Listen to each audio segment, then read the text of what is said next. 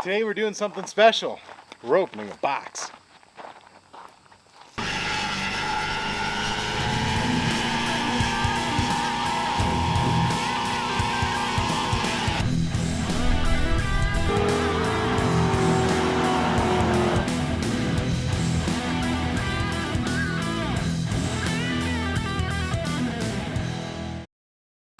Well, today is a day of firsts. The first is the first. It's not the first, it's the 16th. Anyways, we're opening this box. We're doing an unboxing, something I never thought I would do before. And yes, before you ask, the car is really high off the ground. No, I did not jack it up. The whole car is lifted so that the subframe can drop out and we can remove the old wiring harness so that we can install the new wiring harness because, well, you'll see in the next episode, well, at least one of the upcoming videos, because I want to do an entire video, start to finish, doing the entire upgrade, and it makes a good table. That's all, flat surface. I used to be an electrician, so everything that's a flat surface, it's a table to me. Anyways, this is the single most important part of the entire build. And this, just hear me out. It cannot be a 60s and 70s inspired hot rod without a very critical part. Of course, we did remove the straight 6 and throw a V8 in this car. That's part of it. But when adding power to this, we really have three options. One, we can throw some nitrous to it. Honestly, not the biggest fan of nitrous, although I love the smell of nitrous at the drag strip. I just don't like nitrous in my car.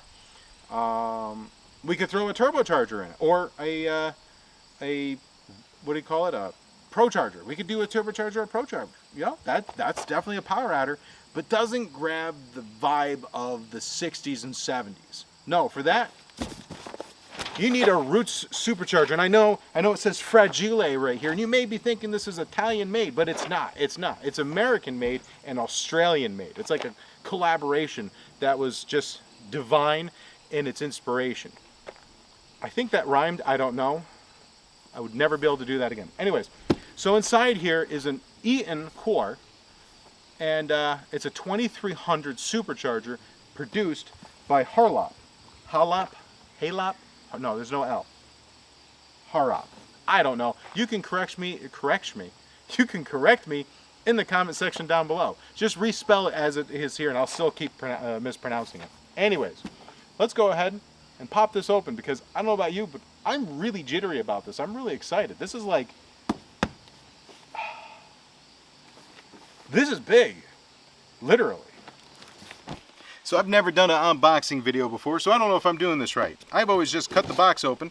Make sure you don't cut everything underneath it. And make sure you don't stick the knife too far in there.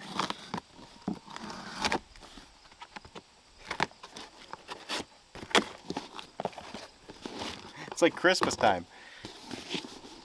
Although, my house, if you had a box that had a supercharger on it, there wasn't going to be a supercharger in it. Don't ever believe the boxes. So hopefully that's not the case because that would be very disappointing. But still like Christmas. Let's see. Look at that. So this, like I said, is a HARROP. Oh, she's heavy. 2300. Now they do make a bigger one now. You can pick up the 2650, which this engine could support. We can still do that, but this is it's a pretty big one. This one really starts to make this engine a totally different animal.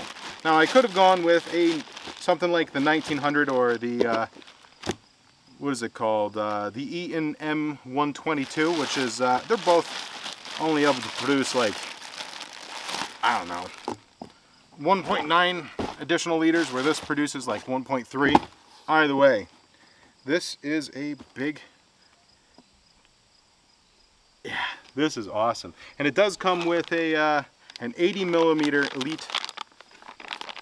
Elite pulley, which I believe the kit that I ordered may come with a few more pulleys. I don't know yet. We'll have to wait and see. I can't remember. It's been a while since I ordered it. Let's put it that way. But this just slides in like so.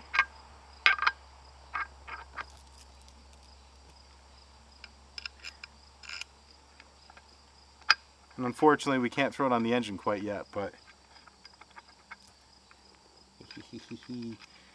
this is spectacular.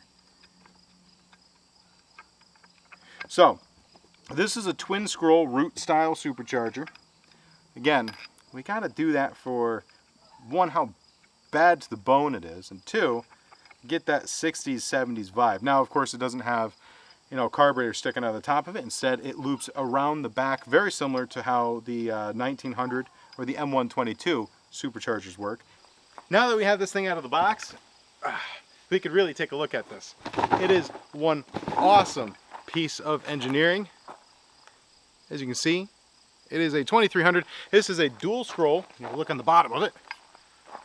Dual scroll, 4-lobe with a 160-degree twist. This isn't your grandfather's or your dad's supercharger. These things are a lot more efficient. In fact, you'll find these on a lot of the LS engines, especially into like the Corvettes. Now, you can get the bigger one that they have now, the 2650. Now, when I ordered this, that wasn't an option yet, but you can now. For right now, though, we're running this thing. Partly because I want to get used to how much power this makes before we take it to the next phase, which means building the entire engine I have in the basement so that it can handle the upgraded power. Because right now we're still running a junkyard engine that should easily be able to handle this. But let's take a look at what it looks like under the hood.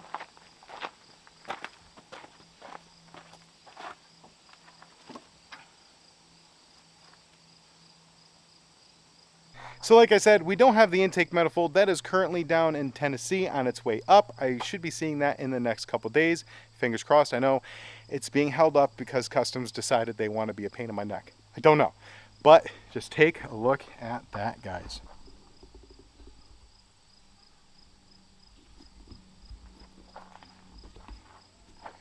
This looks so wicked cool. And it's going to be so much cooler than just another turbocharged version of this. This is an absolute beast. We even did the wrinkle coat on the valve covers. Again, to get that 60s, 70s, especially 70s vibe to it. Now we have coil Audi R8 coil-on plugs. So big old beasts there.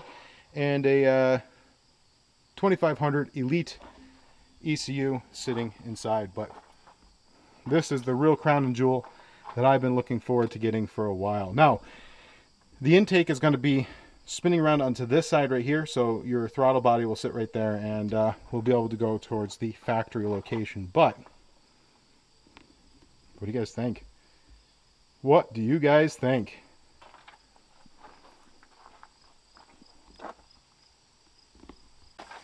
So this is actually 11 pounds, not 17 pounds, so it's not too heavy. So this shouldn't add too much to the car. But I want to say a big thank you to Calvin down in Khartoum, New Zealand, for really facilitating the whole purchase of this and helping me. Well, this has been in the works since last year. I've been picking his brains about it. And I kind of bounced around. I actually, in a few lives, originally this started out in a few lives that Richard Holder was doing. I asked him, hey, what kind of supercharger should I throw on this? And he suggested an M122 supercharger. And when I called up Calvin down, well, I talked to him down in New Zealand, he said, I got one better for you. This thing right here, this is an absolute monstrosity. This will be able to produce way more power than just one you pull off of a old Mustang. And it's awesome, guys. I'm so very excited. Single most expensive thing I've ever purchased for a car. But not even including all the other parts that go with this. But boy, you can't put dollar signs on miles per mile, smiles per mile. So for you guys that were wondering what the plan was with the Supra, this is it. We're throwing the biggest supercharger I could get at the time. Now you can get bigger one, but not much bigger. Oh yeah, throw the kitchen sink at it. Until next time, guys, keep your shiny side up. God bless.